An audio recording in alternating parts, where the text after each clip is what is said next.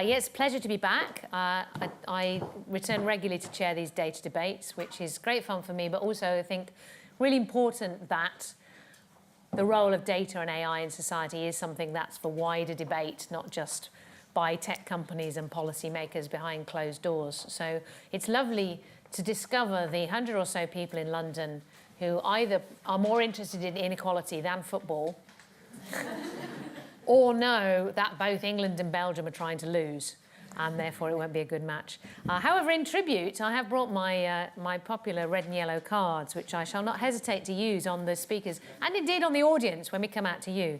In case you haven't seen these before, basically when the speaker has a minute to go, they get a yellow card, and when their time is up, and they should wind up now, please, they get a red card.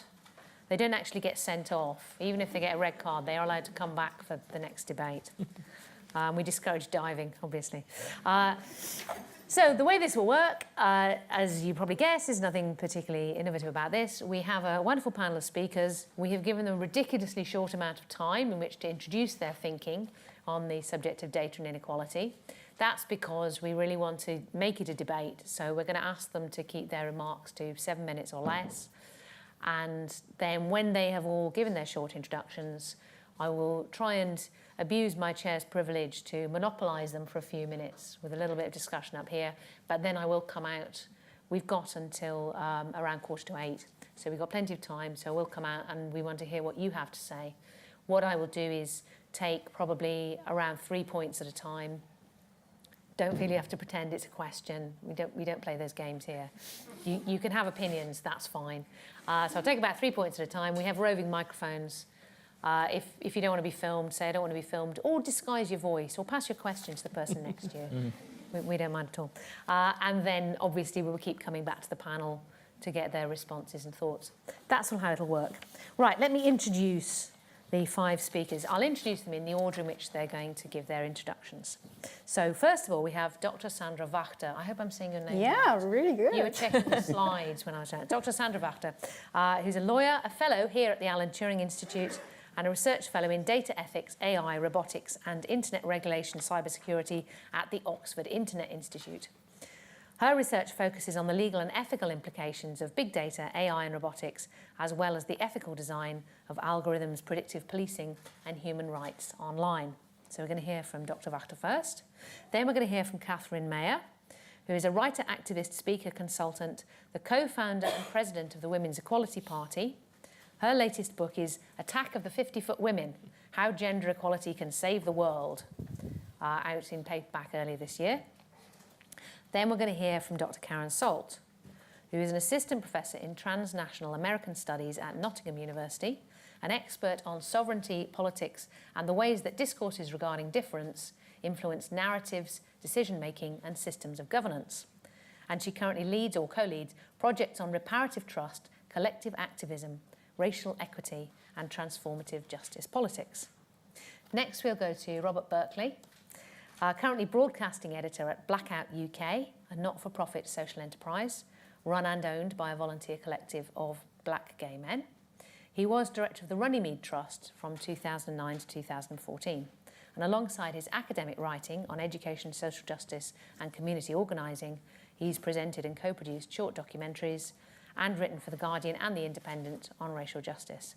Dr. Berkeley was awarded an MBE in 2015 for services to equality. Thank you. What a great reminder. Please turn your phones to silence while tweeting. That's, Does your MBE always get that response? Often. And finally, it's a great pleasure to hear from Hitan Shah. He's the Executive Director of the Royal Statistical Society, I should declare at this point, of which I am a member. It's a membership body with a vision for data to be at the heart of understanding and decision-making. He's also visiting professor at the Policy Institute, King's College London, and chair of the Friends Provident Foundation, a trust seeking a fairer economy, and a member of the Social Metrics Commission, which is seeking new measures of poverty for the UK. So the fantastic panel, and clearly it's an insult to them to ask them to keep their contribution so short. But that's the price we pay for also wanting to hear from you guys. Are you going to present from the thing because you have slides? Yes. So first off, we're going to hear from Dr. Sandra Wachter. Thank you so much for the introduction. Yes, so I'm a lawyer and researcher in data ethics. So I focus on the legal and ethical implications of machine learning and AI and robotics. And I'm very excited to be on this very, very important panel to discuss this crucial issue with you.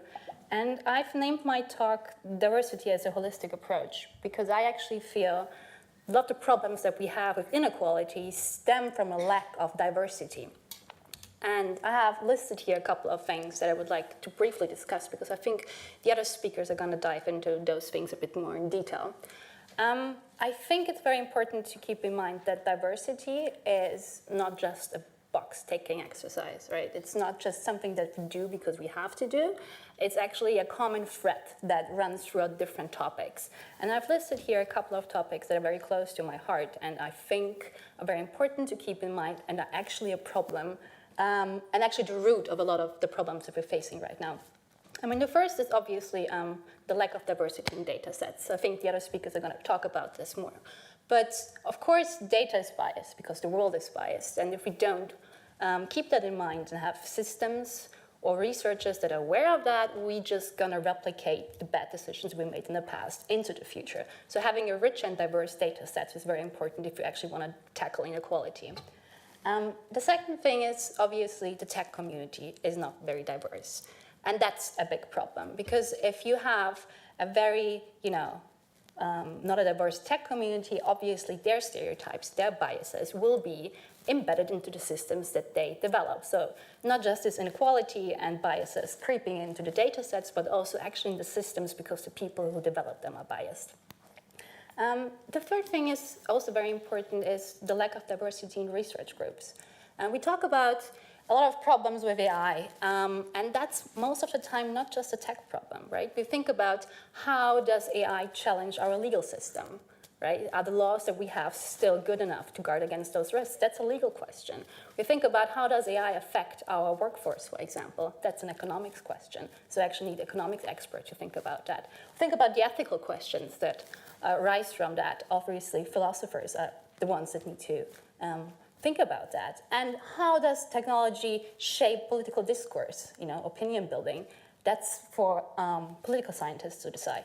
So this is something, you see that those problems come from technology, but actually the answers are probably in the diverse research communities, and we don't see them so much yet. And one of the problems why we don't have so many diverse research groups yet is because, it's because there's still bias and the lack of diversity in funding and institutions. If you look at the funding scheme at the moment, a lot of money is pumped into STEM, but actually the social sciences, the humanities don't get as much funding anymore, even though those are the disciplines that could help us to solve all those problems that I just talked about. And the same comes true for the institutions. It's very much siloed. There's not much of a dialogue going on between different disciplines, and that's a very big problem. But even if you have the funding, and even have the institutions and the people who want to work together, there's a problem in terms of publishing. So researchers wanting to publish their findings, having trouble to find diverse journals. For example, if you want to publish a paper that is very heavy on tech, very heavy on law, it's very hard to find journals that actually cater for that. So you don't actually have the venue and the audience to read that.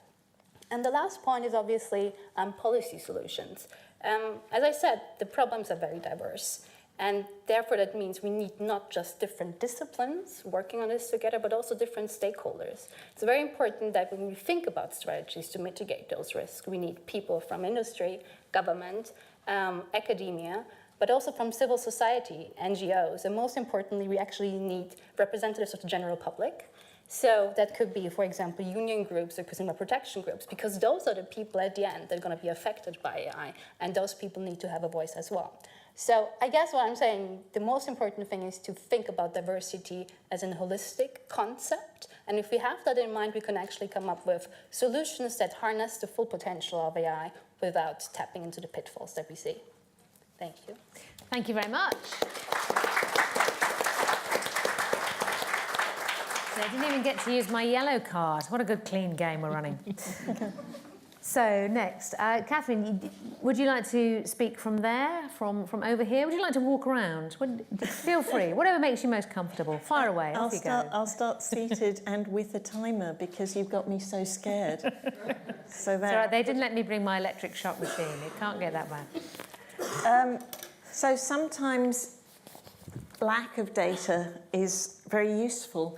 If I had known the data about the probability of a new political party succeeding, I probably would not have founded the Women's Equality Party. I started it against all of the odds of a party succeeding in a first-past-the-post system and in a system that has rules that are supposed to create stability but actually just end up enshrining the dominance of existing parties and upholding the status quo. When I say how a party succeeds, of course that depends whether you measure success only in terms of the numbers of seats won. I took as an unlikely role model UKIP. This was 2015 when I co-founded the Women's Equality Party. We hadn't had Brexit yet, but it was clear by then, even so, that UKIP was creating seismic change without winning seats. At its most, they only ever had one MP. And it was because of the weakness of the big parties that instead of challenging and pushing back against UKIP's politics, saw what they were doing as a vote winner and started trying to steal their thunder. So I thought, what in fact I could do is show that gender equality was a vote winner and they would start to copy us, and that turns out to work. But of course, there's something else UKIP was doing. We saw them using and misusing data, both false data to suggest a kind of Brexit dividend that would never happen. And also, of course, there has been this whole issue around micro-targeting of voters and what that looked like and how that came about. If there is time, I will talk more about Cambridge Analytica and that whole issue. Our success is continuing. We are growing as a party. We are having electoral success. We are having success in using data for social change. Data is absolutely essential to solving inequality. You can't prove inequality without it. You can't prove the benefits of resolving inequality without it. And you can't understand what the mechanisms of inequality are unless you also look at the data. I'll give you one example here. Recently, of course, the biggest UK companies were forced to reveal their gender pay gaps. The efforts that they went to some of them went to, at any rate, not to report properly, to obfuscate those gaps, told its own story, and it was very imperfect data. Sometimes what you were seeing was real pay discrimination, which of course is illegal, lumped in with all sorts of other structural reasons that were causing that. And as I say, very data that you couldn't challenge and interrogate, and all sorts of weaknesses. Opponents of that reporting suggested that what was needed was to get rid of that reporting again, whereas in fact, of course, what we need is more data, not less. We need it to be broken down by other aspects as well, such as ethnicity and age and disability, and smaller companies need to be reporting it. But as I say, data can actually help in solving inequality. However, and this is to something Sandra said, data inequality in various forms is a very real thing. There's a power imbalance between individuals and the corporations and the governments that hold and process their data. And of course, there's about how we collect data, what the data is. As Sandra said, data is biased because the world is biased. And there's a danger that data will be used, for example, or will inadvertently create normative or exacerbating trends that make worse things that already work. Recommend a book by Virginia Eubanks called Automating Inequality. The first big donation that we got for our party was to go on a software platform called Nation Builder. This is a kind of platform, and that platform indeed specifically used by nearly all parties in the world. They've got Emmanuel Macron on their website at the moment. And it is because you need some kind of way of interfacing between your website, between the data that you collect when you're out canvassing, your mailing list, your membership, your donors, and social media.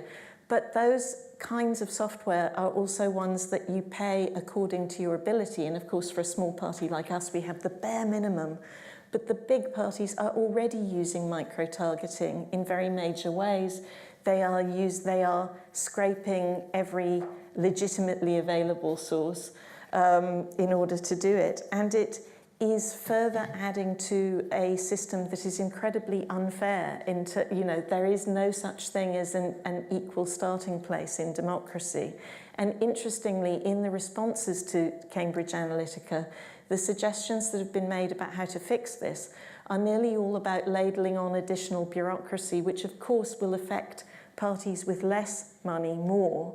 And rich people and rich parties have always found ways to get around these things. So I really wanted to make that point as a starting point, but there is so much to say on this subject in terms of how data can go wrong, but how it could go very right. And I'm a believer that we all have to engage with this in order to get the outcomes that we need. Excellent, thank you very much.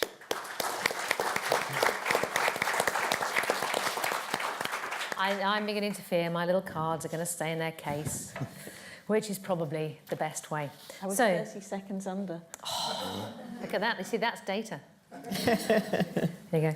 Although, we should calibrate and check that we're all using the same. Exactly. No, that was excellent. Thank you very much. Anyway, Dr. Salt. Yes, thank you everyone for coming out tonight. I'm going to jump straight in to my thoughts. I've got lots of little arrows and things circled around here, and I'll try to narrow them down. Everyone's brought up some really key points that I think I would probably say ditto to quite a few of them. But I think one of the crucial things for me that starts sort of at the beginning is information. We've been saying the word data, but we're actually talking about information. And quite critically for me, there's those questions of for whom? Who is the intended audience for this set of information? Catherine's told us about micro-targeting and the parties trying to get particular sets of data and information, but what is the intended aim of other sets of information that might be coming together? And now imagine if you have corporate-controlled information filters and bubbles. So suddenly you're going around and having sets of information, and you think you may be giving access to their various things, but there's another corporate group that's making a whole set of decisions over here about your content and moving that information around. Much less things that I think Sandra was mentioning about algorithmic decision making that's proprietary. You'll never get access to it. So if you're a CIC or a company, you're trying to get access to that information, but not necessarily in any way that you can manipulate that set of information. It's proprietary. So I think there's a really key place to start with around data in the largest sense, and most definitely around what we maybe consider tech-driven information about its supposed neutrality. Sandra's already kind of pushed us to really kind of think about that from the development perspective, but I think we've got to really start to think about that, especially if we're thinking about something like inequalities, right? And if we're really, really wanting to understand that, then we really need to be figuring out how to do that. We need all sets of tools to really get at that. And I'm going to agree with Catherine that data and various forms of information gathering could be a way forward. And it's not, I think, making the claim about bias just being everywhere is I appreciate it, but I try to live in a world that I want to imagine that is full of justice. So I can't live in a world where I think bias is just normative, and therefore I should just sit quite comfortably with all of these biases around me. I want to work on adequately trying to expose them and ultimately trying to reduce them, because that's the only way I can imagine a just future for myself and for all of you in this room. So there's this question about what are our tools that we need to try to reduce inequality. Data could be one, but data and technology is not the answer, nor is it the solution. Because for me, something quite critical exists around all of this. And I have a feeling that Rob's probably going to pick up on some of this, but we need critical analysis of all of the sets of information. We really need adequate, really critical, reflexive tools that can actually debunk and kind of deconstruct racialized notions of difference about people, hierarchies of being, and questions about power. And until we do that, we're really going to be replicating the system, no matter if you can come up with the most powerful analytics or sort of tech-driven kind of place, but it's still in the hands of decision makers that are just going to perpetuate the same sort of boundaries that we've got set up. So I think it's really critical, if we're going to end up with justice, whether or not it's digital justice or tech justice, that we really quite critically think about the decision making that we've got. Catherine's mentioned quite I think cogently about the parties, but there's a whole bunch of decision making happening everywhere, from the very micro level in the local environment to the national and international level. And if we turn all of our sets of decision making over to an algorithm or a set of corporations or a set of people making lots of decisions about your lives, we run the risk of actually never knowing and never actually actively engaging with trying to transform the worlds around us. And that's a concern for me, a very deep concern. So I'm about the data, and I'm critically thinking about the inequality, but for me it's really about trying to not replicate power dynamics in either of those places that essentially just keep us in the same space that we've always been in. Excellent, thank you very much. At precisely the point you mentioned, you believe in justice, I drank your beer. Sorry. Hope it was good. Well, don't do it again. Rob. Great to be here, and I just want to echo some of the points that people have made already, but also throw in a kind of voice of caution, and hopefully not gloom and doom, but caution. I'm a bit of an interloper. In some ways, I'm a really early adopter of new tech, and I get really excited about all the possibilities, possibly overexcited. So some of what I say you may need to take with a pinch of salt. But after 25 years as an activist thinking about issues around racial justice, having qualified as a sociologist of education, having spent the last 3 years as an audience data specialist at the BBC, and really as a child of who came to political consciousness in the 90s, a technocrat, like all good New Labour types are. It sometimes pains me a little bit to talk down what data can do and its position and role in creating social change. So, starting really with the history of enumerating populations by characteristics, by identifications that they may have or may be ascribed to them, isn't a happy or pleasant one. Think pink triangles, think yellow stars, think the request for papers, please. The categorizations that are given are more often about the concerns of the powerful than the drive towards justice. And they're inherently political. Think of the categorizations that we grew up with thinking about race and racial justice. Old and new Commonwealth migrants, remember that one? Or BME, to refer to lump all people of colour together, because otherwise we know much more about second generation Poles and how well they're doing in school. These categorizations are driven by policy and driven by political concerns. And so it's always relevant to, when confronted with data, to ask, well, why this data and not something else being collected here? It's both, it's indicative of the level at which the politics pervades any discussions around data, particularly ethnic data. When you get campaigns and people driving to be included within a new set of categorizations, whether that's Cornish language, whether that's Turkish groups, whether that's, in 2011, the Arab group being added to the census, not because of size, but because of GCHQ. Let's work out kind of how and why that happens. But fundamentally, I think it's based on there's a basis on which data scientists somehow believe that evidence changes practice.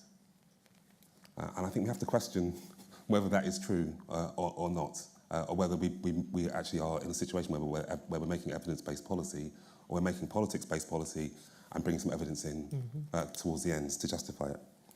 So my first foray into activism was a battle about data. I started at Oxford in October 1992. By January 93, I became engaged in a battle with the university about data.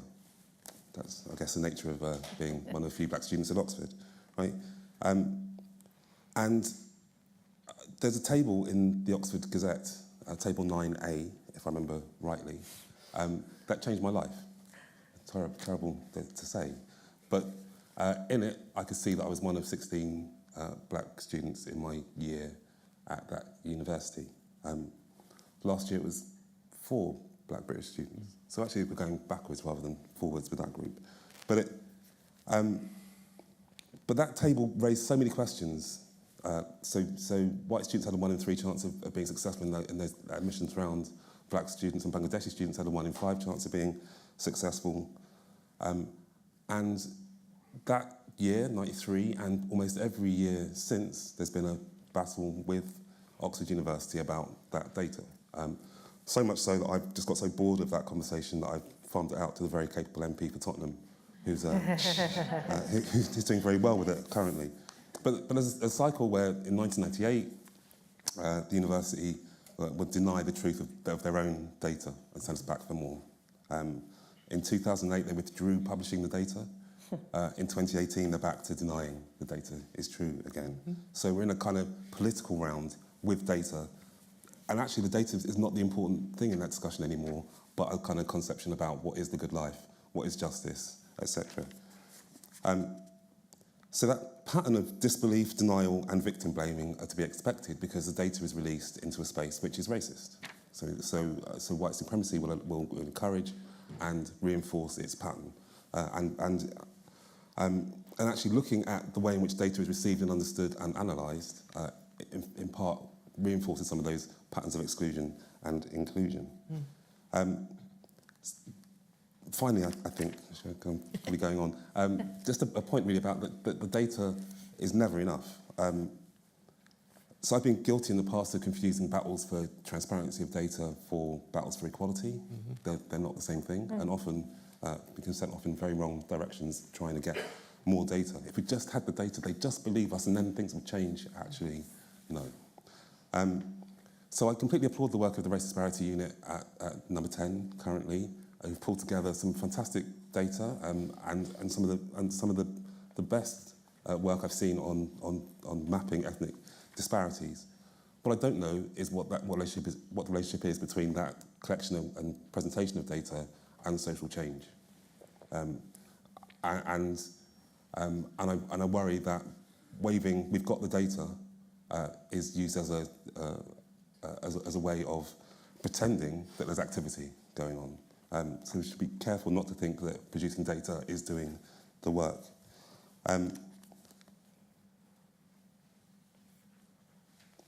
And similarly, if more data is published, and I hope that we get better and better data from AI, etc., there must be a demand for analysis. There's no benefit in establishing a race disparity unit at number 10 and then cutting the funding for university research or cutting the funding for civil society to analyse that data because no change will happen.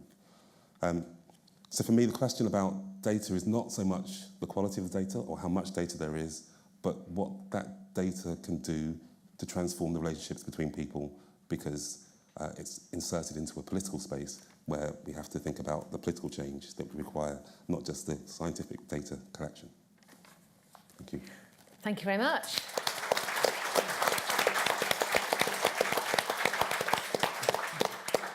You're all doing terribly well sticking to time. It's marvellous. Heaton, can you keep this clear round for me? Well, if I can bank everyone else's time, No. I think I... So I'm from the Royal Statistical Society, and it's highly amusing that you've decided to spend your kind of warm Wednesday evening in a room discussing data and inequality. Of course, if we given it its proper title, which is Statistics and Inequality, none of you would have come. So we as a society have been around for 184 years. We're delighted that everyone else has sort of caught up, and the flag of data is suddenly a kind of advertising agency for statistics. So welcome to my world. I want to introduce you to, has anyone heard of the rock star statistician Hans Rosling, who died about a year ago? A few of you have. So he had this word factfulness, which I love. And the idea is that it would be a really good thing if we knew some facts. And because we all go around and we sort of know the facts are there, we can kind of access them at any time, but actually they're not in our brains right now. And so what he does, and I'm not going to do it to you, but he does it, he asks his audience, you know, here's 3 choices. What's been happening to extreme poverty? What's been happening to this, that, and the other? And basically, the audience gets it so badly wrong that chimpanzees just throwing darts would have been better at answering these questions. So we just don't actually have a good idea of the world that we're living in. And I was looking in advance of this talk at some of the income inequality data. And, you know, as I say, I'm not going to test you, but it's interesting. We assume, I think, and many of us, that UK income inequality has been getting worse and worse in recent years. Actually, it's been pretty static for the last 20 years.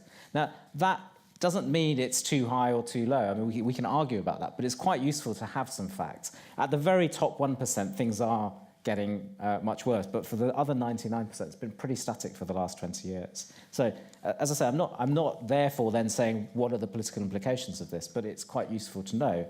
The other one, there's a fantastic website called Our World in Data, which I really recommend to you. And what they do is they take the kind of the statistic things really seriously and go back to the 1200s and say, what's the very long-run data trend here? So I was looking at income inequality from their website, and if I can find my bit, it's sort of from 1600 to 1900, the data suggests in the UK, 35 to 40% of income went to the top 5%. And then it was in the 1900s, in the 20th century, that really dropped all the way to the 1970s. And then in the 70s and 80s went massively worse again, and now has sort of plateaued. This is interesting stuff, right? What we do with it, that's for us to argue about in terms of our politics, but it's quite useful to have some facts. And so I really commend the kind of Hans Rosling approach to factfulness, and I sort of suggest you read his book. Having said that, we have pretty good data in the UK for some things, but there are some areas where I think we're very weak. Wealth data is not very good, so we've got reasonably good income data, but not very good wealth data. We could get better at tracking the very wealthiest, so when we're doing inequality, we're not bad at the bottom end, but it's pretty hard to know what's going on at that top 1%, so it would be very good to see more.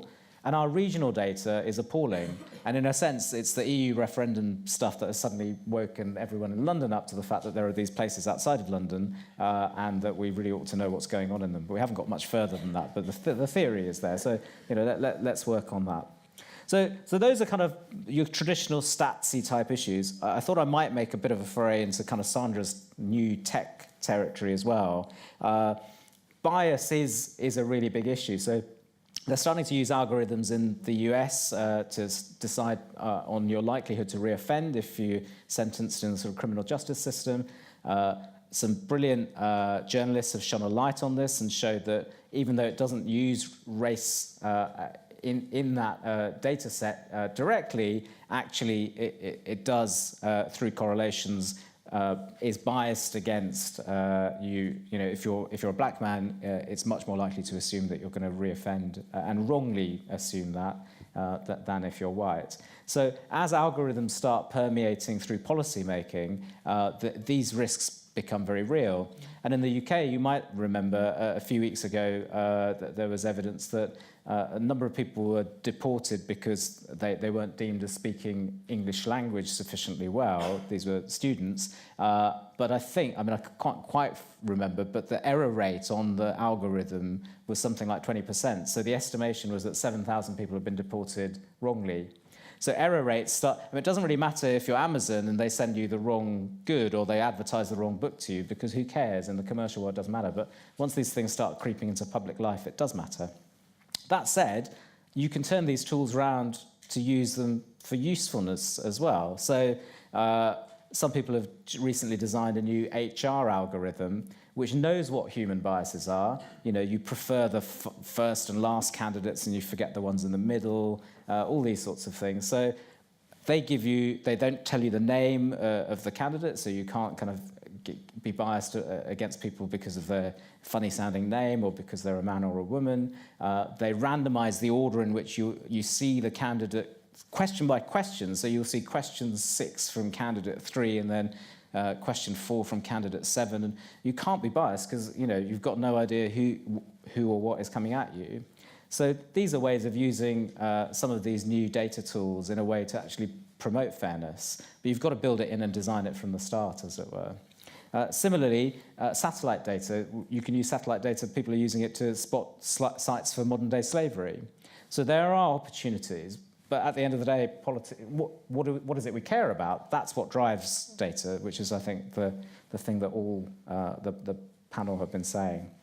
I'll say one more thing, which is that the one thing that's worrying me at the moment is the rise of private sector companies who are gaining a larger and larger share of data. So historically what's happened is that the state has been the one that's amassed data through the census and those sorts of things. And some of that has then been used for research purposes, for public good aims, to inform public policy, where schools should be built, et cetera, et cetera.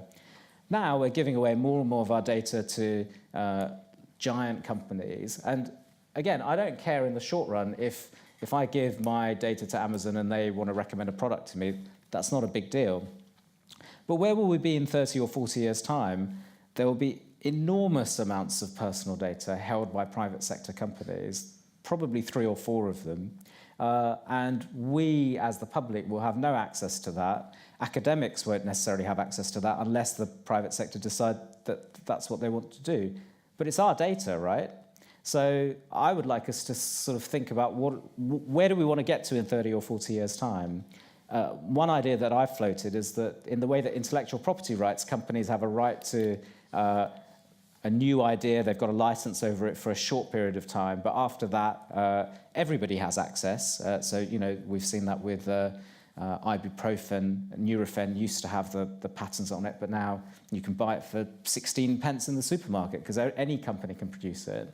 In the same way, what if the rights that companies had over our data were also time limited, so they could hold it for 5 years or something like that, enough time to sell us whatever the latest gadget is, after which it would revert into some kind of public trust held by an arm's length charitable corporation, and then it could be used for purposes to actually say, you know, what's in the public good? Because there's all this amazing data. We could do lots of good with it, but as always, the question is political as to who owns it.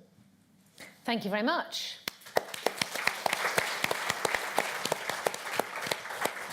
Right, they all kept admirably to time, so I am going to monopolise them for just a few minutes with my own thoughts and questions.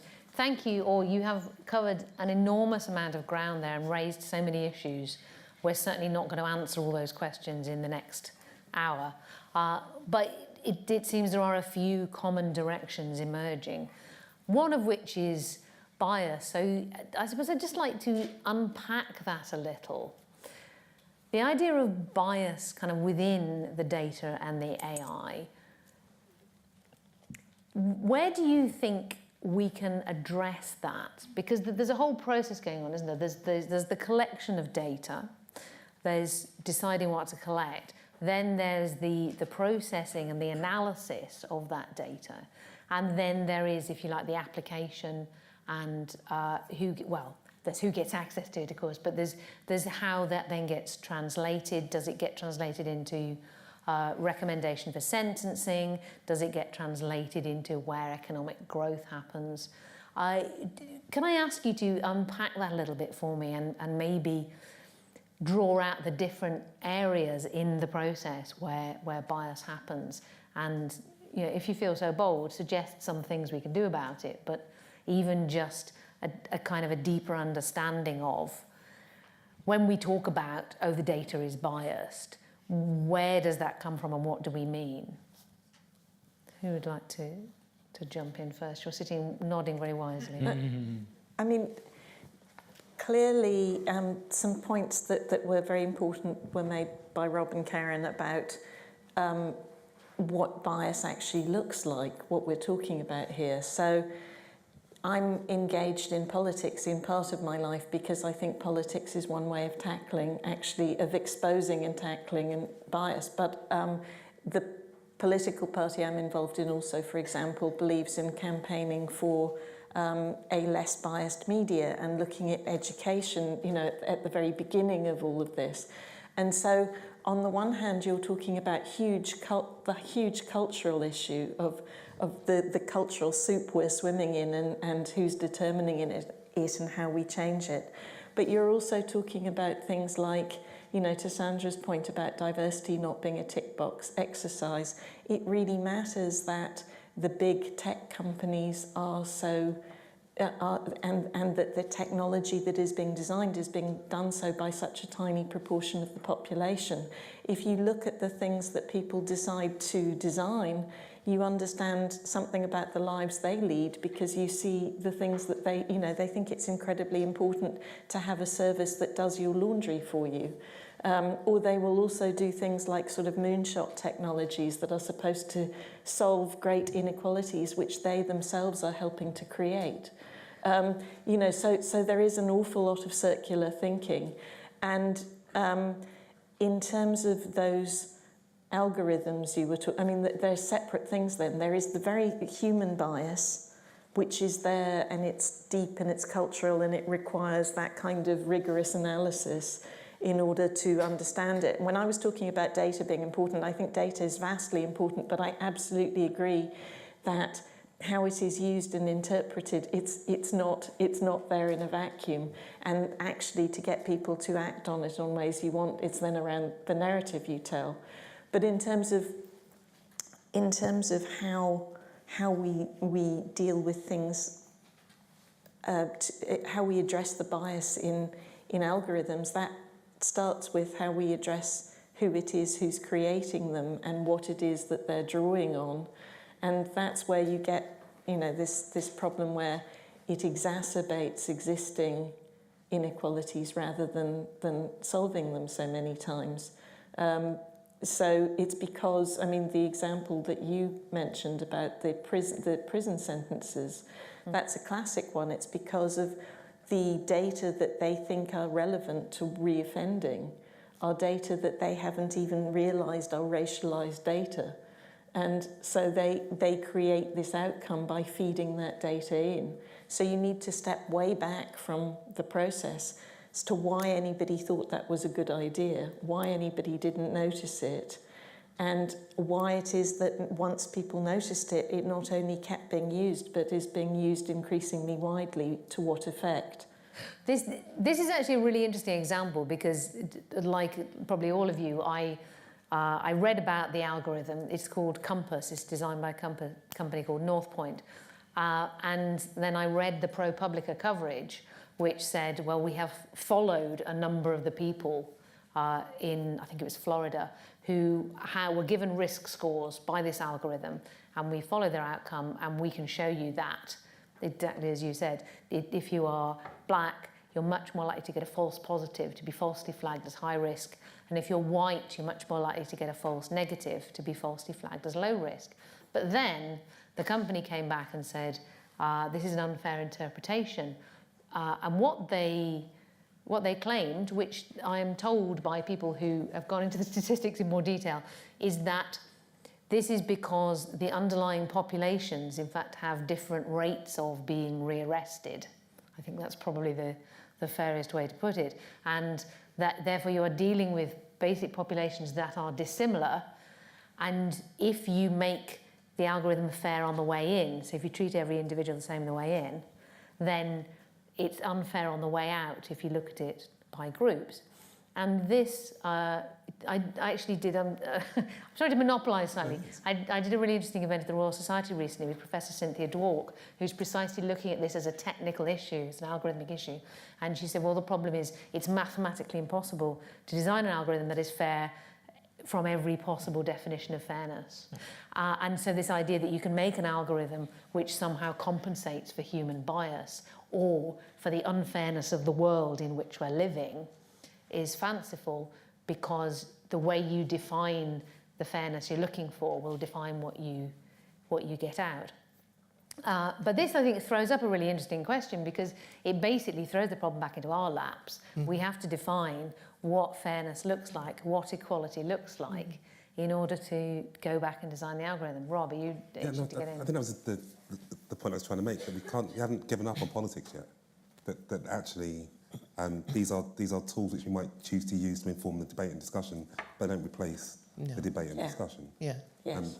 And I have a real worry about, as Karen was described much more eloquently than I could, around our expectations of others. So, the suggestion that people are 7.5% biased in this direction, or 25% biased in another direction, and that we can just correct for it by somehow fixing their mobile phone.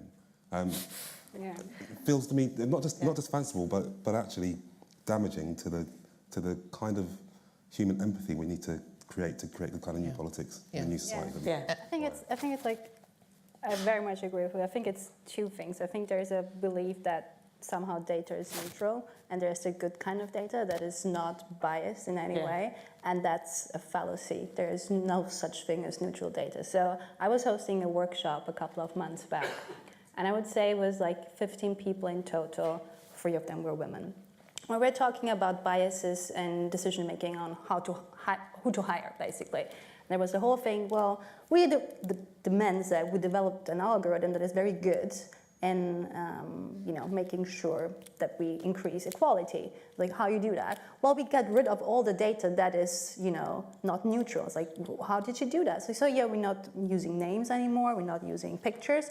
We're just using neutral data. And I was like, what's that? So yeah, we're gonna use, the employment history and salaries. And the 3 women were like, what? And that's the problem. Like, I think this is where bias also comes from the people, because apparently men, you just don't think about the problems that other members of the community have. And think, you're just going to take that neutral thing like income or employment history to make those decisions, right? And the other thing is, even if you have those data, and even if you know that those inequalities happen, okay, we know that. We know that the world is sexist. We know it's racist.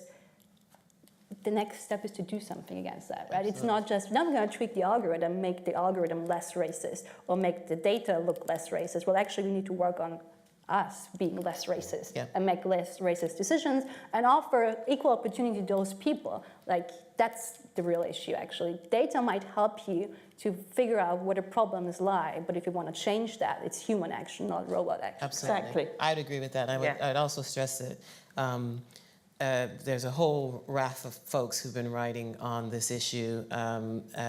Sophia Noble is one who's written a book called Algorithms of Oppression. But a lot of that is asking about what are the schemas, what are the sort of corpus, what's the kind of knowledge that's being generated to populate these algorithms. So it's not as if the algorithms dropped from the algorithm tree and then just sort of did stuff. Somebody's made it know stuff to be able to do stuff. So that knowing is critical to try to figure out what is the basis of all of that. And I think people have to take ownership and responsibility for the things they're coding, the words that they're creating, and the worlds that they're imagining and producing at all stages. It's not necessarily just the tech aspects of it. It's also the presumptions when I might walk into certain buildings in my university and I'm assumed to be the cleaner. No, I'm being very serious. That is the limitation of the world building that there's some people can do. That means that it doesn't actually matter. And I think going back to Rob's point, in some cases, it actually doesn't matter how much data you create. There are certain things in certain spaces, and we've been able to borrow this from people who have been working on structural racism and just sort of racist thinkings from people who've been investigating climate change, that there is a very large pervasive aspect of ignorance. That is, and it's actually understood now as a theory of this resistance to data. So we make the presumption that you just fill up the data tree with more information, and then we just put it out there to people, and everyone just goes, aha, I will now stop being a horrible, bigot, racist, nasty person because you've now told me with all of this data you've assembled, and I'm good to go. And actually, the resistance to that is really quite strong. So I think we've got to take quite critically, while we're also talking about these algorithms, what we're talking about around inequalities. And we're talking often about sustained, structural, systemic, long-term problematics. They might deviate, different bodies might move in there, but as a process, we're talking about stuff that's just not shifting because, because people are bored or they're tired and they just need more data. It's like we've got to be much more creative to really try to analyze and understand that, and not just think if we build a better tech ship, we will therefore just make the world equitable. It's a ludicrous concept, and I think it puts a lot of emphasis on the data to magically fix stuff, and it also presumes, I think, Sandra's point that data is neutral, right? Before I come out to this, Heaton, your day job is kind of trying to get the data, or statistics as we secretly call it, when we're meeting alone in the Royal Statistical Society. But to get the data and actually try and use it in some way to do things, to shift policy, to make the world a better place. I mean, this is the historical mission of the Royal Statistical Society, is not just to get better stats, but to do that, to make the world a better place. Can you give us a few maybe pointers about that before I throw open to the audience? Because we've got a nice warm debate going there. Let me just kind of respond a little bit to what's been said. I mean, I agree with everything that's been said. Having said that, I want to make a couple. I am trying to foster some disagreement. I know you do. Exactly. That's partly it. But I want to make some distinctions because, we all want to make the world a better place. But earlier we were saying all data is biased.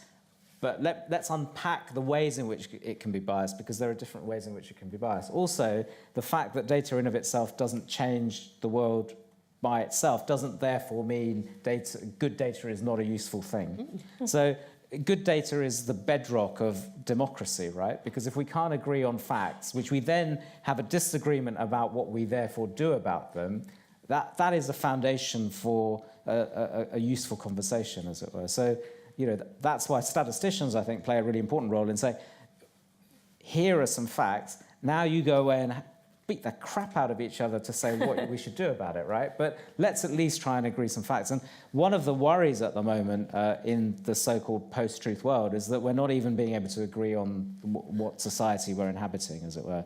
And that feels quite concerning to me. On the issue of bias, yes, all data is biased, but let's think that there are different ways of doing this. There are things called official statistics, which are produced by the Office for National Statistics and other statisticians in government, and these are quality assured. Now, these are biased in certain ways because the government decides what to measure and what not to measure. Will Moy, who runs Full Fact, which is a fact-checking charity, yesterday gave a really interesting example. He said the Office for National Statistics brings out its baby names list every year. And this is the ONS being its most frivolous. It gets a nice media hit in August, what are the top 20 baby names?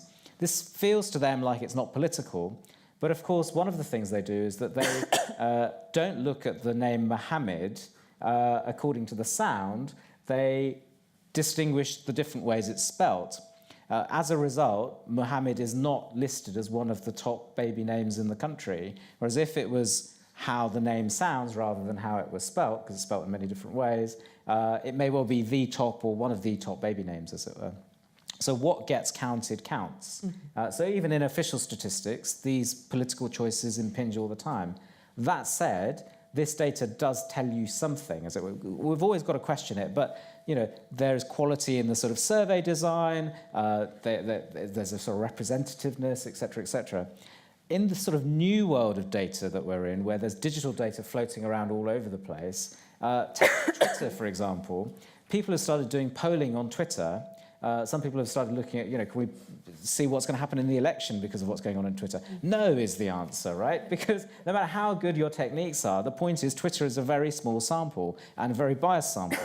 So there are biases and biases, as it were, and I think that it's just worth distinguishing between methodological biases and the kind of biases that are in any data set which reflect the world that we're in. On that note, I'm going to come out and we want to hear what you have to say. Are you actually some more water? If we have some roving microphones, could we have a little bit more of the audience so we can check they're still listening? Not just check the football scores on their phones. Excellent, good. Welcome, you can see your faces now. We have a couple of roving microphones, one over there and one over there. So stick your hands up. Oh, look at you all go, excellent. Right, so I'm going to ask you to be concise. Would you like to start with that microphone there, just because you can see that person? And over there, is there a hand over that side? I'm afraid you're going to have to go back up to the top at the back there, sorry. This is where the volunteers get incredibly fit by running around. Do you have the microphone? If so, start speaking now. Hi, so thank you for your talks, found them really interesting. My question is, how do you think we can or should use data to successfully not set back equality within society? Good, excellent, large question, but open for plenty of answers. I'm really worried about you now. Are you okay? Do you need to? So if you'd like to get that microphone back, and you've got the mic, and if you'd like to give that one to that person there in the blue for next. Okay, you at the back. Hello. So the government recently launched the Ethnicity Facts and Figures website. For me, that was really interesting because it had like 150 different topics about how your ethnicity can impact your experience of public services, healthcare, education, etc. If you were that team, what would you do with that data to inform it as a powerful tool to improve society? Marvellous, lovely specific question. I like those. And who has the microphone there? Blue top, yes? Hi, so it's come up that sometimes if you're starting with the data, it is always reflecting these problematic biases in society. So the criminal justice system data is I don't think it's necessarily impossible to kind of mitigate the biases. I've read an interesting paper by Christiane Lum in the US, which was kind of remodeling and actually seems to have come up with a way of potentially doing it. So I think it's a field that you have to keep watching and see if it comes up with that type of solution. But I also think that where you've got that type of problem, do we need to go away from talking about data and just looking at what happens in real life, and do we actually have to shift to what would an ideal world look like and actually modelling? Like, do we need to talk more about modelling and less about data? Ooh, okay, big question there. So modelling, data, real life, how we want the world to be. Okay, if you'd like to give the microphone to, oh, you see they're coming up with this. Okay, man with beard, and then person hiding on the end there, and then I'll come back to the panel, and then I'll come out again. Hi, it's just I'd be curious for some observations from the panel. So in a post-truth world where our leaders make it up and decide what they want to believe in, how can data enable rebellion at grassroots level? Rebellion-driven data. Sorry, data-driven rebellion. Excellent, good. See, there's a man with a beard for you. And there's, person hiding, no. On this side, yes, there you go, that little hand there. I'm not impugning the size of your hand, it's just you're appearing from behind somebody else. Yes, this is a comment to the gentleman from the Royal Statistical Society. I remember a lecturer in my first degree saying that there is no such thing as a fact, that everything is open to anybody's interpretation. I would also like to take up an issue with Dr. Is it Salt or Salt? Salt. I don't know whether I misheard or something, but data is not information. You can have pages of tables of statistical data, but it only becomes information once it has been analysed, and that depends on whether it's that analysis has been objective and honest, which comes back to the issue of bias in data. When it comes to considering whether data is biased or not, you have to look at who has actually paid for that data to be collected. And if it's being collected in a biased way, i.e. if the survey or the questions in the survey have been slanted in a particular way, you will get bias, and therefore everything else thereafter becomes biased. So the results in actual fact and themselves are biased. Thank you. Excellent. Normally I discourage making 2 points at once, but your first one was very concise, so you've got away with it. Okay, so panel, don't all feel you have to all answer everything, because you saw how many hands there were. But let me do a quick recap and then basically come back on whatever you feel like coming back on. So there's a very, very big open question: how do we use data to make the world better? And a very specific one about the government ethnicity unit and what should they be measuring. There was the really huge question about things like criminal justice system data. Is it completely impossible to mitigate bias? Possibly not, but should we instead stop looking at the real world and start building models, start thinking about how we want the world to be? I'm paraphrasing really badly. Sorry about that. How do we use data for rebellion? Typical man with a beard. And then comments about, well, come on, Karl Marx, 200 years. Always trust a man with a beard if you want a rebellion. No such thing as a fact, and data is only information when it's interpreted, and then who's paid for the collection and the interpretation. So, who'd like to pitch in on what first? Go on, Rob. Off you go. This is solidarity with a man with a beard. Rebellion. But also to respond to the points about how we should use data and the race disparity unit. It's always been difficult to plot where policy decisions come from and where practice emerges from. So I'm just going to claim it. It feels like the race disparity unit is doing some work, following on from some work that Runnymede started about a decade ago, thinking about how you get citizens to use data to hold their elected officials to account. We based that on a piece of work which was done in Chicago State, where community organisers had given scores based on decisions that congressmen had made. And they would have members of their constituency turn up and say, you've got a D this year, explain yourself. You've got an A this year, explain yourself. Because it was about using data to create a dialogue. These free-floating, great website, where it goes next, is a challenge. So how you connect people to that data and connect a dialogue and the politics back into something which is perceived to be scientific and distant, to me is key in both in starting rebellions, but also in working out how to use data. Okay, very good. Are you itching to get in as well? Go for it. Well, I'll take on the one about information. I think for me, part of the critical understanding of thinking about some of this is if I'm looking at information, let's say an actuarial sheet of enslaved persons that somebody had owned, I'm actually looking at a societal moment where an individual has bought and sold someone and has maybe transported or taken on pushing that property that they have to somebody else. So for me, that is information. The same as if I'm looking at how many babies were born in the country at a certain period of time, the same as if I'm looking at the 2-2 degree classifications for students who identify as African or African Caribbean. What you do with that is a whole separate set of circumstances.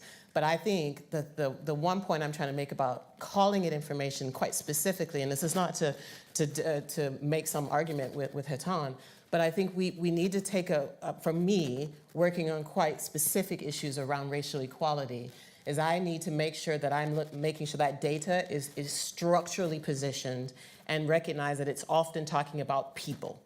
So one of the problematics that tends to happen, I find, is that people then neutralize the space and then it becomes just stuff, where I really try to put back the politics back into that and go, this is actually information that is capturing a moment.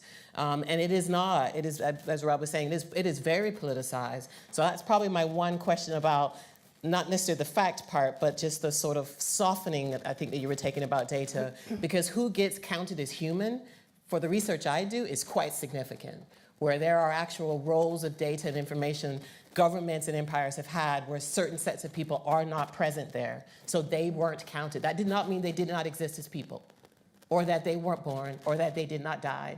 It's that the data doesn't capture them as being human.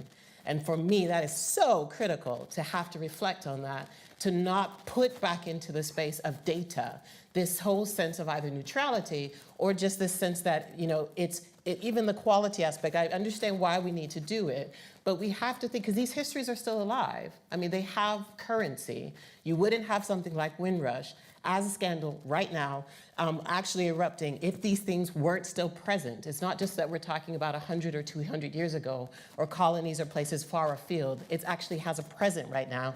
And then when people destroy records, this is now having an issue around data, because you have to evidence that you were actually in existence and be known. So suddenly now the data has to take on an even more significant role to make you present in a space that is actually denying your presence, right? So these are the ways that I'm trying to understand this issue about information, and really, I think, wrestle with it. And really understand that whether or not it's about the analysis part, the assembly part, or just the gathering part.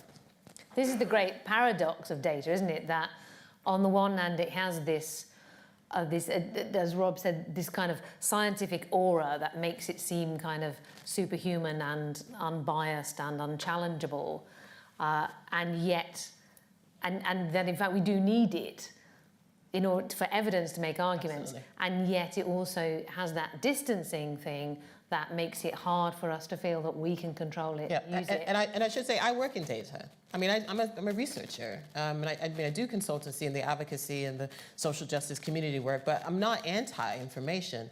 I'm just having to constantly be grappling with it, and recognize my positionality. And I think the trust I have to work in that space and do it in a way that my ethics maintains itself as I'm interacting in that space, and also imagining policies for the future. Yeah, I think I'm going to tackle the question that's one of the first ones to say, like, what should we actually do with the data? What's the end goal here? And I'm very much on the fence on that. So I think most people, or a lot of people, would say that if we have really good data, unbiased data, that could help us to make better decisions, right? Like decision making.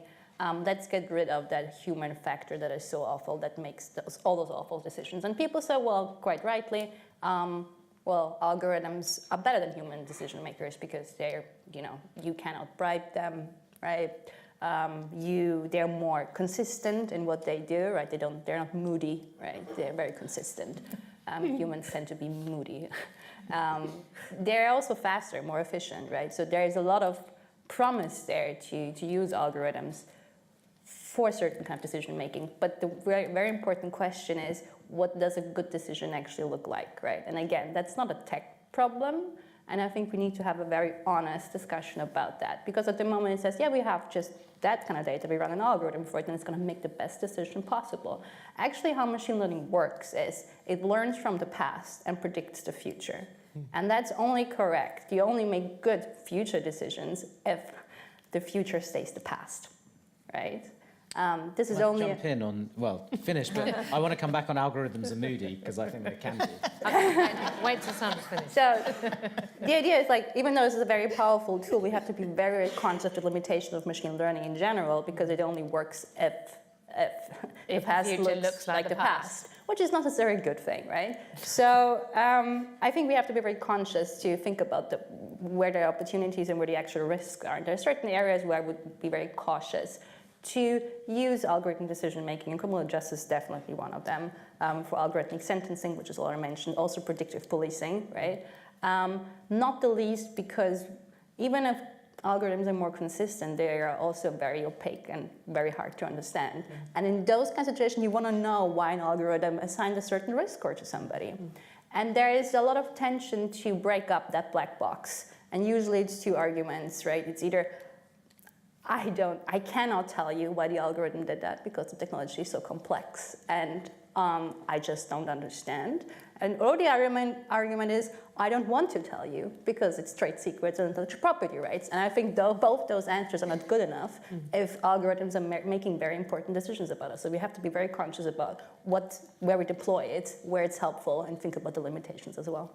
So tell us about moody algorithms. Yeah, you wanted an argument, didn't you, on this? So I'll stage an argument. But algorithms can be moody. So here's an example where Lufthansa became the dominant airline in its country, and the algorithm was setting the price, and it suddenly realized that it could start increasing the price really quite ridiculously, and so the price of the seats kind of went totally sky high, and the regulator had to step in and sort of said to Lufthansa, what are you doing? You're behaving like dominant company. And they said, well, it wasn't us, it was our algorithm, you know, the moody teenager in the corner. So, I mean, it plays to your point that if circumstances change, it can behave differently. But in that sense, they're not always consistent. They can behave slightly erratically. I'd also, I suppose, I'd query the question of actually transparency. The question is, what are we comparing the algorithm to? And often it's a human decision maker who is also not very transparent. So, I mean, I think one of the really exciting things about this conversation is that it's getting us to focus back on issues we should have always asked about, which is how do we make human decision making more transparent?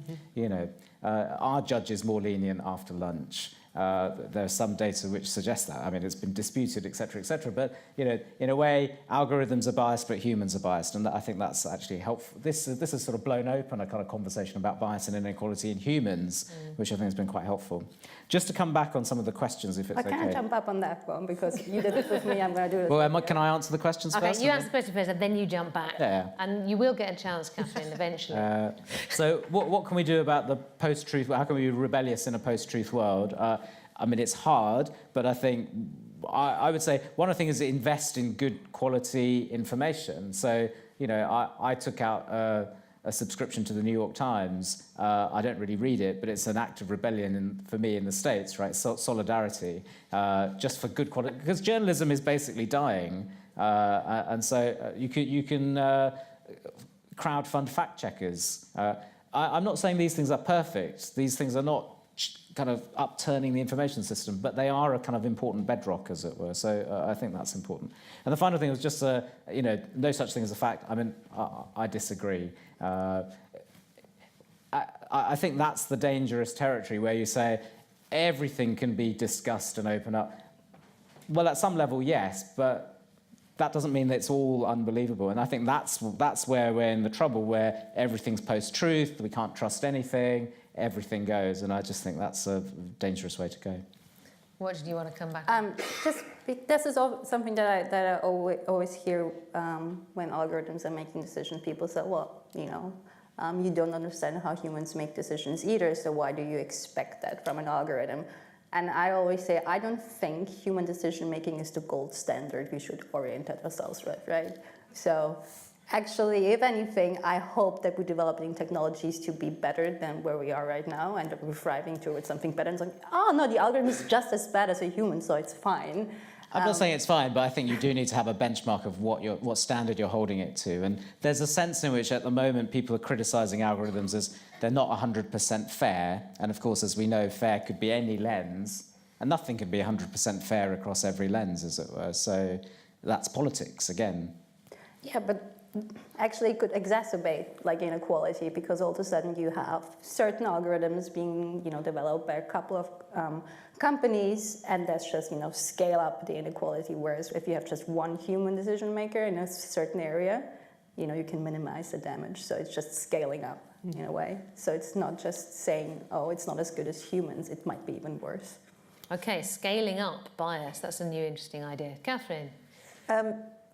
I think this is all very useful, but I think the one thing that our conversation isn't really doing is taking into account where we are now in terms of economic, global, technological development.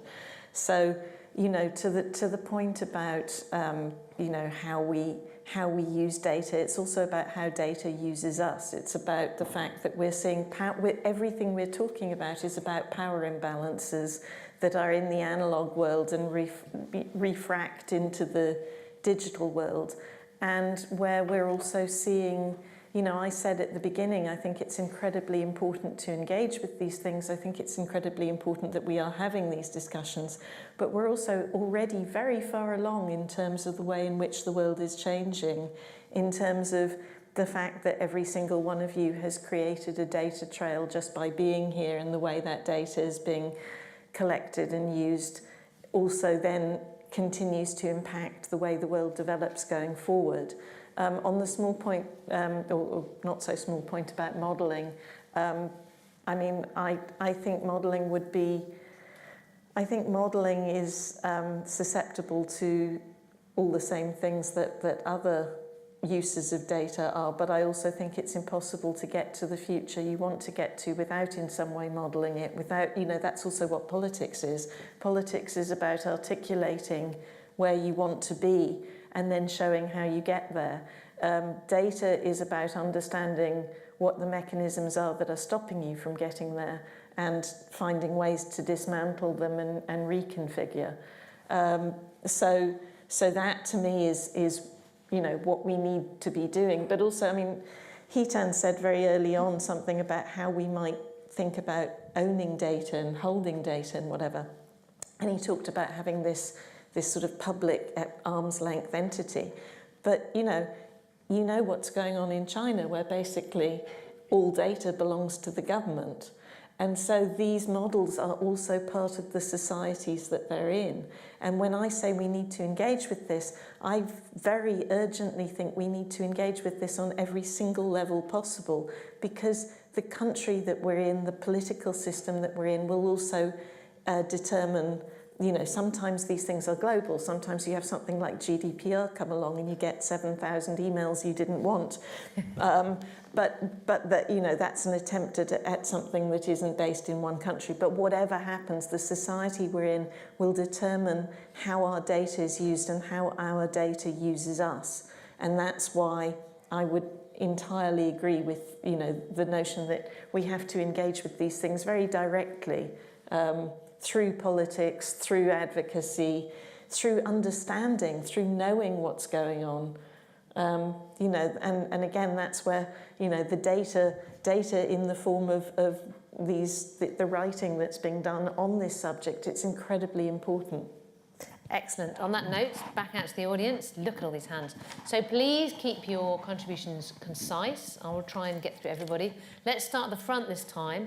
We've got a hand, just trying to keep you fit, you guys, the microphones. Hand right here on the second row, and one on the front row, and then we'll work our way backwards. Yeah. Hi, yeah, just building on Catherine's point about the global nature of this market. My question, I suppose, is how do we balance the demand for growth and ethics, and in that our desire for equality? And I had to take a very sharp intake of breath this morning as somebody on a panel suggested that our libertarian idyll is constraining our growth, whilst China, as Catherine points out, who's using social scoring to try to balance the books across society, have set a 10-year strategy to be dominant in a digital world and have a completely different social and cultural structure within which that digital design fits. So they are going to dominate. If we're not careful, their technology will dominate our world, and we are constrained, as this chap who was saying this morning, by our liberal idols. Very good point. So are we in danger of holding back our development of these technologies by being concerned with ethics, and then at risk of just getting overtaken by China, who are not so constrained? Very good point. Okay, off you go, and let's see more hands, then we'll get the microphone around. Yeah, off you go. I've been interpreting the data debates as people complaining about my work. People have been What is your work, sir? I'm a data scientist, developer type person, and I write about technology. And people have been complaining about the stuff I've written for years and years and years. I don't actually very often hear anything remotely constructive at all. And I've worked on projects which, when one particular project lost billions and billions of pounds, and people were sad about that, and I've done some databases for the government, and some people got sad about that. And when I've seen projects go bad, I see basically what's on the platform in front of me. I see people complaining. I see powerful users, loud voices who want their system and they want it to do a certain thing. One project, data science project I was in, they wanted it written in Java. They didn't actually know what Java was, but Java was cool, so it had to be written in Java. And I hear these complaints. I hear very rarely do I hear anything which tells me as a developer what I should write and how I should write it. So do you know of any constructive ideas? If so, where do they come from? Because what I'm hearing currently is complaints. And the other thing that kills large projects, because I've done government projects, is who is on the management committee? What I've heard, the other thing I've heard this evening is you lot want to be on the governing committee of the project. You want people like yourself. In commerce, it's called the business. We want business people on the committee of this large doomed project. In the civil service, it's referred to as the leadership team, which probably tells you something very important about government versus commerce. And they want to do it, and they want their voices, they want friends, they want business people like themselves, they want civil servants like themselves. What they don't want to actually do is do it, because I hear all these complaints, and I very rarely hear them from people who could themselves actually write the code. Thank you. So you've got the microphone there, yeah, and I don't know if you can get yourself up to the... Oh, there's a hand up there, good. You go for that one. Yes, off you go. So most of you have mentioned that having more data is not a cure-all, but if some of the most expansive and extensive data sets being collected by the likes of Google or Facebook were made publicly available on the basis that it is our information, and perhaps their algorithms as well being released after a period of time, how helpful would it be for your work, and how beneficial for society do you see it? There I see, that was constructive. Yes, thank you. So how could we use these data sets and algorithms if they're available? So if you'd like to go to there, and meanwhile... oh, was there not someone at the back with a hand? Oh, no, that was somebody different. You keep putting your hands up and down. It's like whack-a-mole. Somebody put their hand up, quick. Good, there. Off you go. OK, so I wanted to speak as I'm an analyst in a team that is meant to provide evidence to inform decision-making. And I just feel that I think the initial, I can't remember who said it, sorry, but about critical analysis. And I think as an analyst, I make a lot of decisions about how I'm going to analyse this data.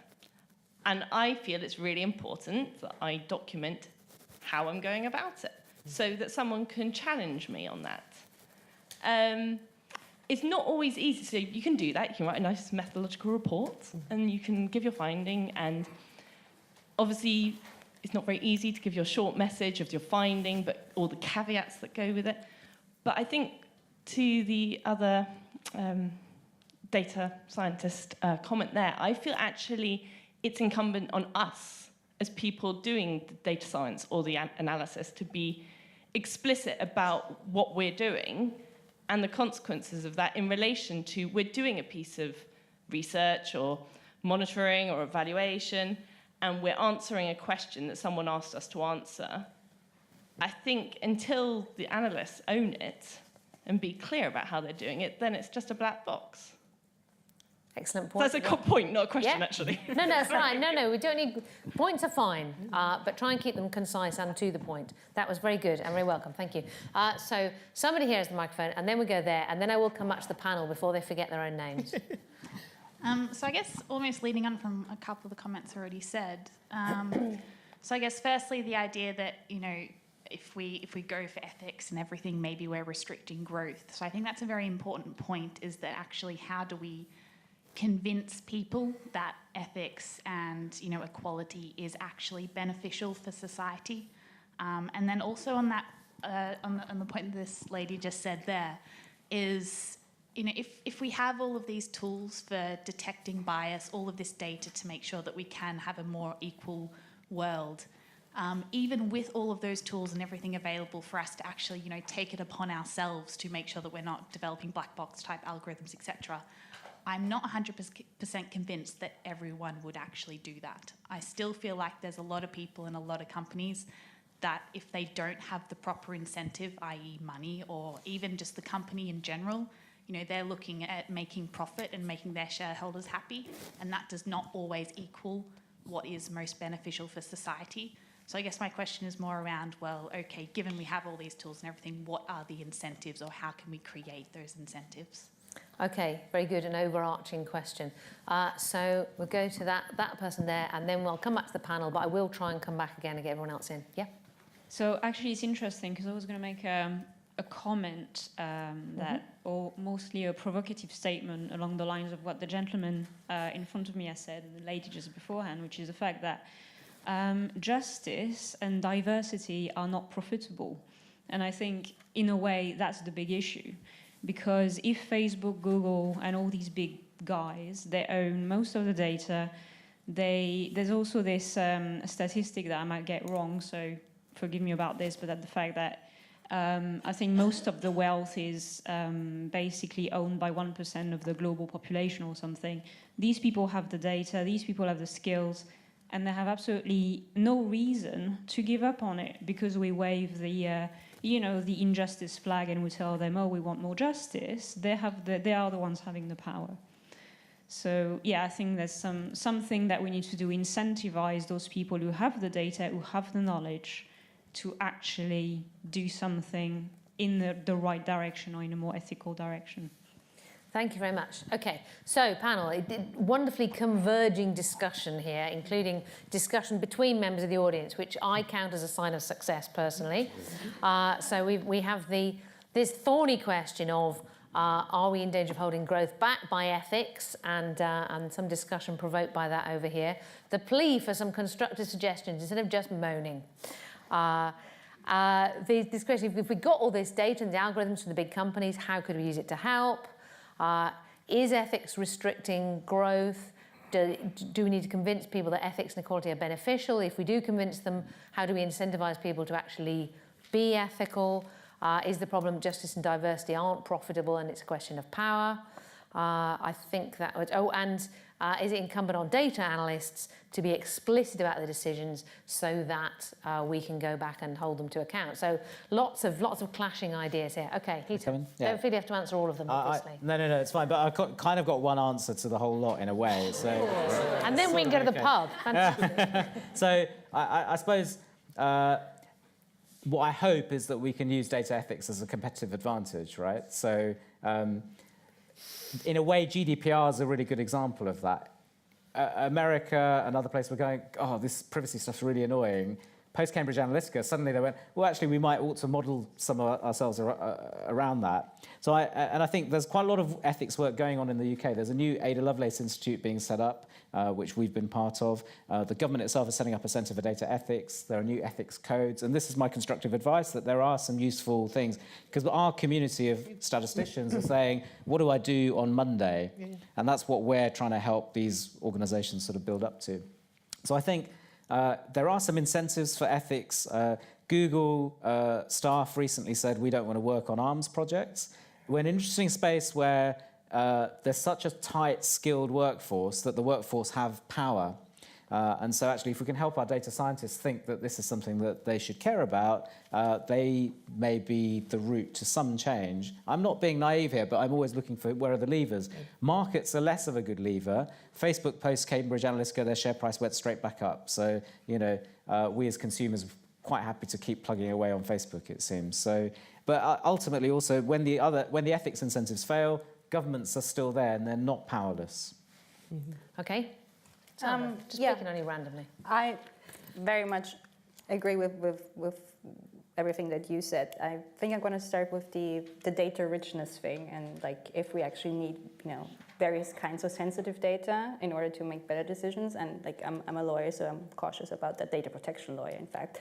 So that's a very I'm, again, very much on the fence with that. I've been working with tech people a lot, and I've almost been converted. Because in data protection law, you usually say don't collect data that is sensitive unless, right? Data scientists tell me I need to know that information in order to be able to make the right decisions.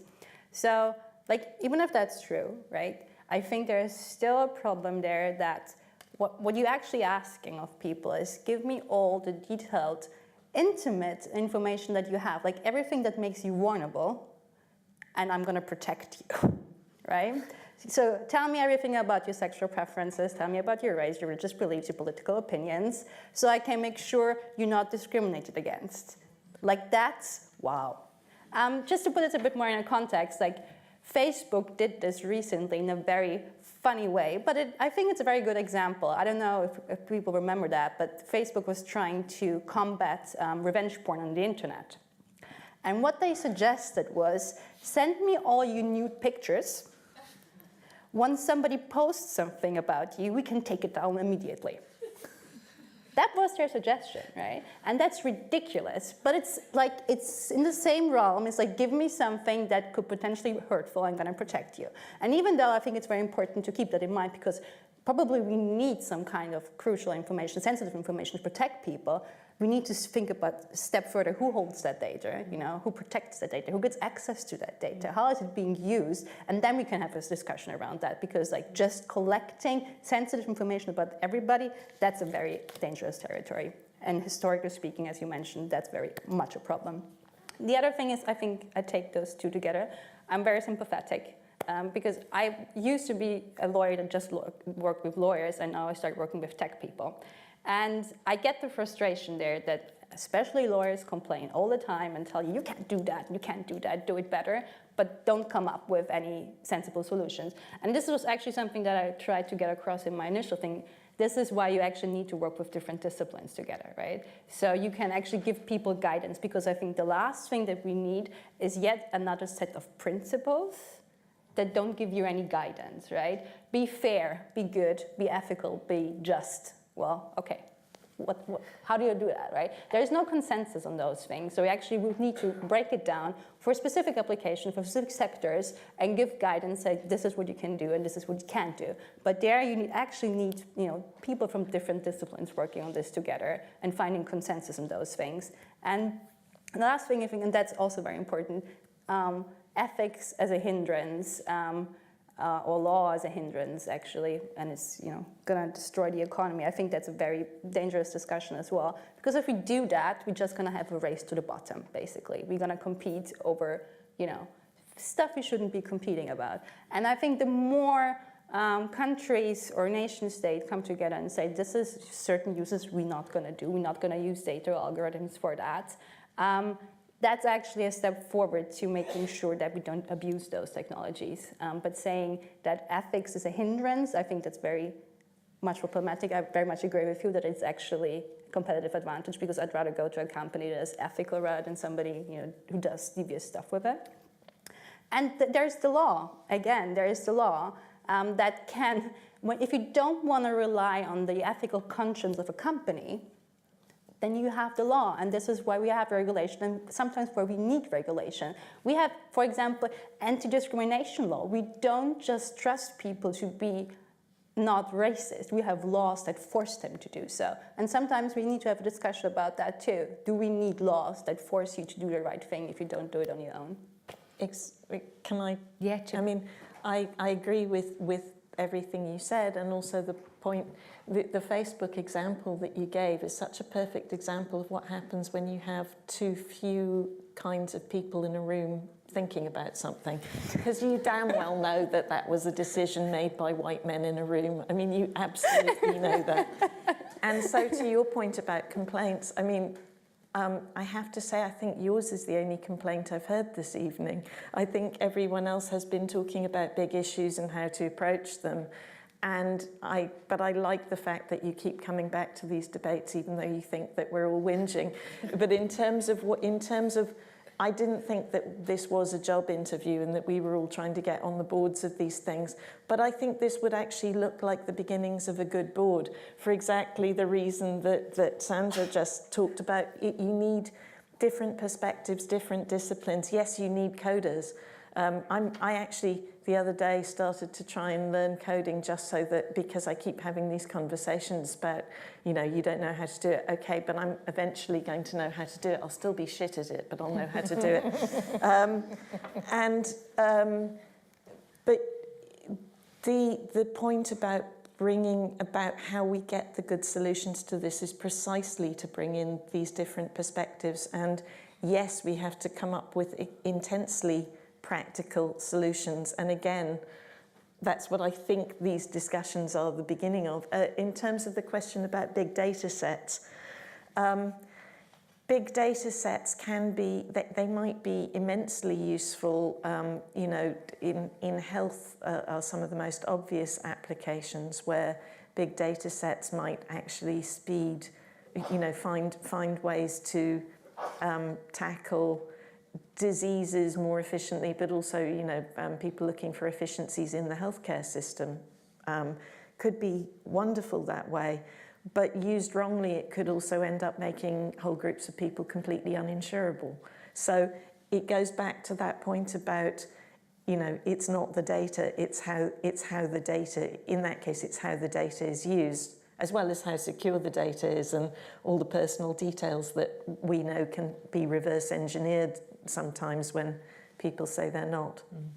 And can I add, I think those two conversations actually about the critical analysis and I think the data specialist or technician, because for me, I mean, I don't know how much you know about any of us in terms of the projects we might be on or the people we might be involved with, but I would encourage you to be involved with Digital Catapult if you're not already, because that is a place where you are seeing not necessarily data digital specialists over here, but you're seeing SMEs, you're seeing companies who are driving an incredible amount of innovation. You're seeing governmental bodies struggling to try to figure out what to do, both at the local authority level, who are making relationships with different sets of people because they don't necessarily have the specialists in-house, and then have third-party providers holding on to what might be local authority information. So it's going to need all hands on deck, but I think more importantly, it's going to need everybody owning their positions, coming in and actually trying to recognize this. This is not a you versus them versus us kind of a thing, because my whole point about information and critical analysis is all of that plays a part, right? Every single part. It's not just that tech is therefore bad and evil and go out tech people and try to make tech better. It's the fact that it's serving a node in a whole place, right? And this is why I want to get us back to the fact that this is not a debate about technology. This is a debate about data and inequality. Right? So we need to focus on this question of inequalities and really try to grapple with what are we actually talking about there. Are we throwing data at it as the solution? I think Hatem brought that up very clearly. Are we actually trying to understand that it's social mobilization? It's all of you collectively coming together to try to come up with the decisions about that? Is it a combination of both? Do you need to go back and mobilize? And we haven't mentioned this tonight. We've talked quite freely about the technology, but we also have a significant amount of people who are digital by default, who may have very little access to tech devices or information, who are not linked up, but their information is. And not only is their information linked up, but their authority and power is now required to have a digital file. You can't now get a passport without certain sets of information. So we've kind of created certain kind of citizenship kind of processes that we're not just talking about kind of inequalities like, oh, you don't have so much wealth and let's do this other thing with China. We actually have processes now that we can look around that, you know, all of you still know you can go to places and have no mobile connectivity, but you can also go to loads of places and have no internet at all. It's not just that your phone won't connect, you can't find a provider. So we've got to kind of think through that we've got a lot of sets of these inequalities that are there. And one of the biggest one is access to technology. And not just think that it's that we just make the bigger ship over here and we can just drag everybody there. It's the fact that those things are not necessarily connected. And there are lots of groups who are trying to work on this, but that means we've got to look at it from every direction possible if we're going to move up like the entire society around inequalities. Otherwise, we're going to be fixing the problems for a very small set of people who live in certain boroughs in London, and we're not actually going to be going anyplace else to actually solve larger scale We have, well, technically no time left, but if if you're okay with this, we are allowed to run on for a few minutes. I really would like to get anyone from the audience who had not got a chance to speak yet, who wants to speak, before I give the panel the last word. You see, you're immediately, now I've said that, you're going, oh, we could go to the bar. Okay, no, someone on the right in the back row wants to do that. This is your absolute last chance to have a word, so stick your hand up now. Hi there. One quick question. There's a bias in data that people don't often talk about, which is that human decision-making is often not based in aggregate. It's big events. It's like really big stuff. And those events vanish in data if you take any lengthy time period. Like, there's only one tower block that burnt down recently, and there are good reasons to make decisions based upon that fact that have to do with race, to do with gender, to do with class. But if you look at a time series, that event will vanish. It will diminish at least. It will go away in the analysis. If we make more decisions based upon aggregate data, that seems like a big changeover in the way we make decisions from these big events to this long-term aggregate event making. How do we balance that off? How do we make those decisions we would otherwise make by machines more like the decisions we would make like people, where that's useful, where it helps greater resilience in our society? How do we prevent the default mechanism of how data sees the world becoming the default way that we see the world and make decisions? Well, that's is that a hand? Has somebody texted in a question or something? Yes. Wow. Can we have the microphone around here? You're going to be really fit. I hope you've got your step counters on. You mic carrier people. Because steps don't count if they're not counted. You know that. Thank you. So this is a question from Twitter, and it's quite a good one to end on. It's does the panel feel the public have anything to add on the debate on data and inequality? And if so, how do you go about making the debate more inclusive? Does the panel think the public have anything to add? Bear in mind, this question's been tweeted in. Do we know who by? Is it anonymous? Someone from Nesta. Someone from Nesta. Oh, they don't count. They're not the public. They're just wonks. No. I should keep quiet. I'm working for them in a few weeks. Okay. Well, so panel, bear in mind that I have just said we're technically over time, and I have spared you another bank of 6 questions at a time. But we have that. How can we get the public involved more? Well, I mean, feel free to say, no, the public shouldn't be involved. I'd be surprised if any of you do after the discussion we've had so far. And how do we prevent the way data sees the world becoming the default for how we see the world? Is that another question? Look, where's their microphones gone? All right, this person over here. I did say it was your last chance. Okay. It's got to be better than that one that Nesta tweeted in. But as we know, Nesta aren't really the public, so they don't really care. Sorry, it's a comment on your summing up, really, about involving the public, because a lot of the problems we have, certainly I'm responsible for some government data sets, are in getting the right people in the public to engage with the questions in the first place, which leads to some of the bias in the statistics, which means we don't know what people need. And it's a really hard question to answer.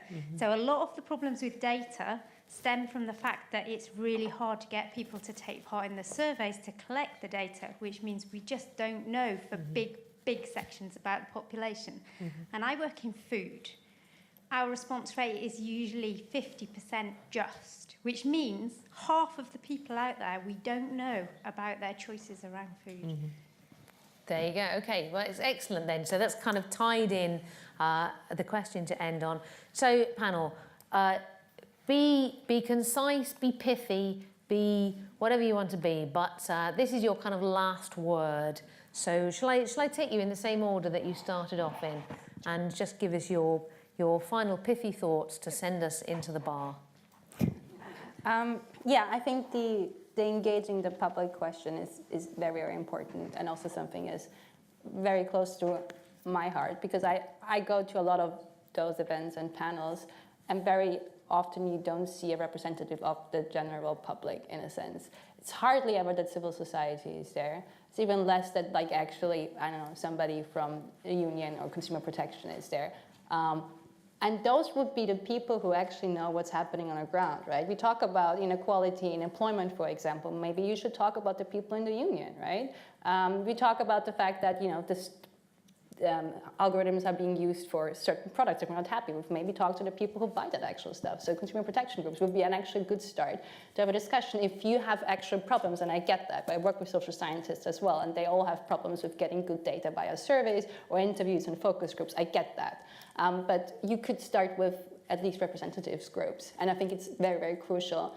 to get those people in, because we all talk about good decision making and AI being used for the good, but you don't ask the people.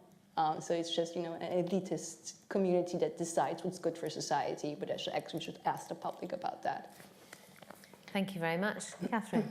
To the point about the aggregate decision making, I think that's just a really good illustration of why there always has to be a role for human intervention, for the ability for the right human intervention, which goes back to the question of what that looks like and how we get to that point.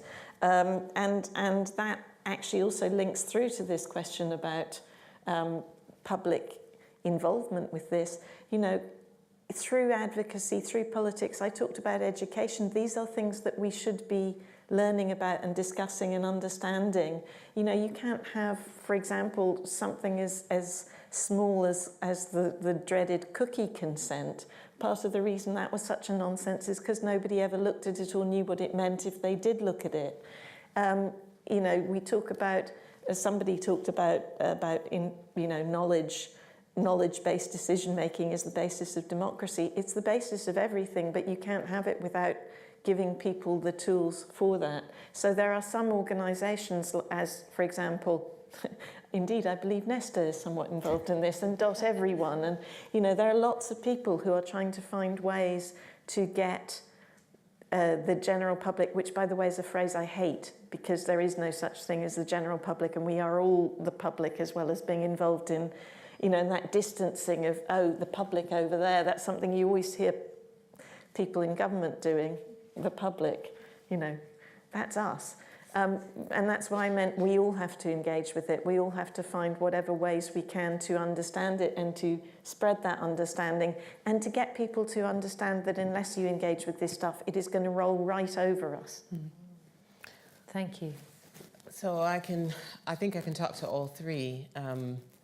To the comment about responsiveness, you know, I would probably counter that with, that's probably not the case for every situation.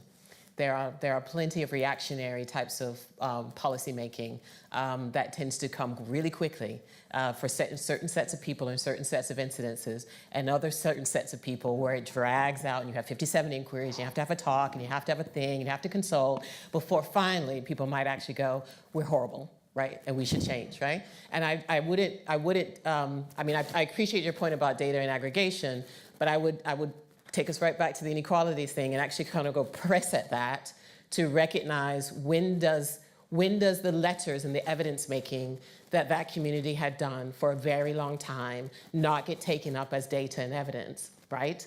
And now we have this inquiry where this conversation is happening to a certain extent. But that is not the first time anybody had heard about the right cladding. So I think we've got to really press at inequalities to really, I think, kind of understand how do we handle and deal with that set of data, which goes back to, you know, the race disparity audit information, and I think the previous conversation from before, because that's great as a set of information that's been aggregated from information that's already been gathered, but that doesn't necessarily move us further to trying to actualize and use that information and then actually hold particular sets of departments accountable. That's supposedly going to happen, but right now it's not.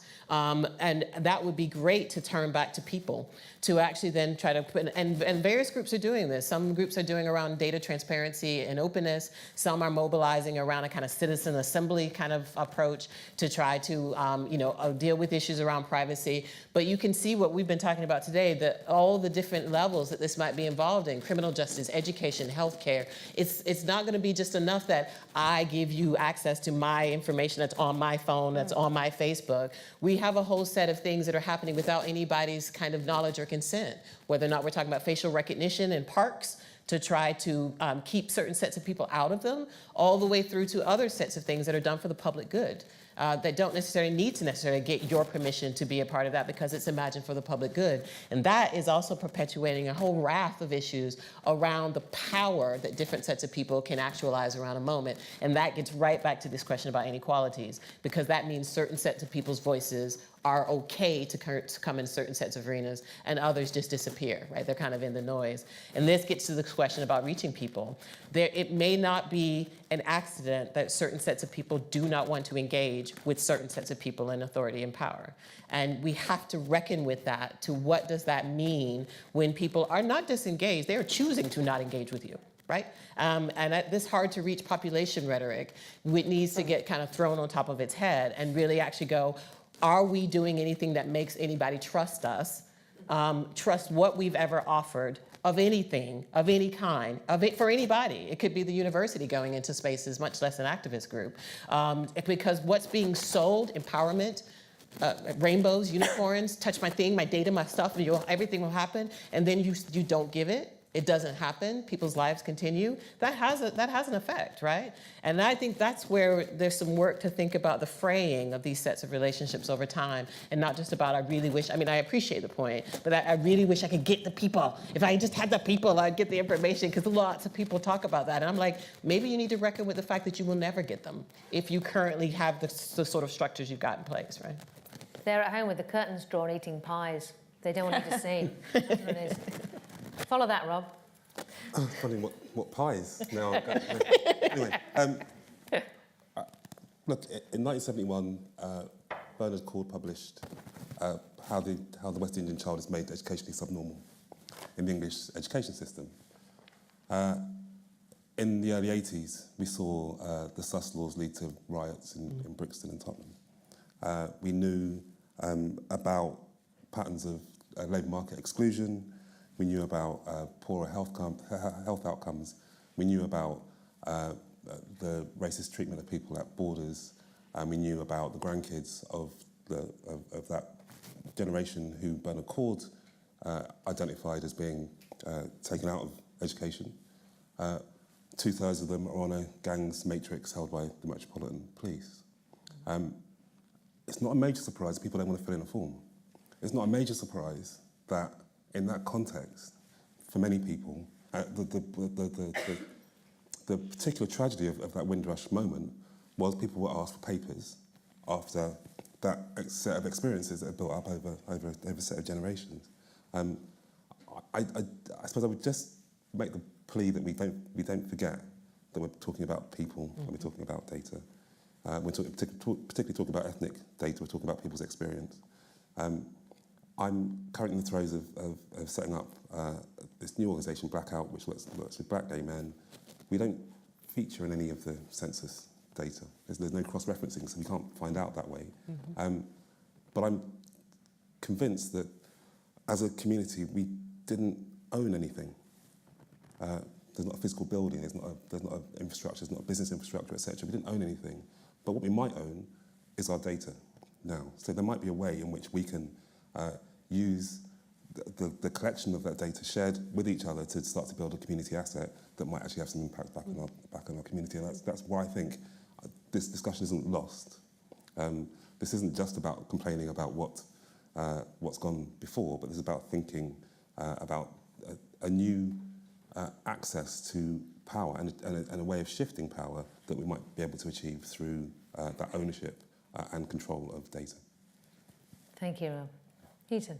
I mean, the thing that's really come out, hasn't it, is data operates within power structures, as it were. If you think about the word statistics, it came from the word state, because it was the numbers that the state wanted from you. So even the genesis of the term is bound up in power structures, as it were. And I think today has been a bit about uncovering some of those, as it were. So the point is, if you want to create change, data is a tool, and we need to harness that.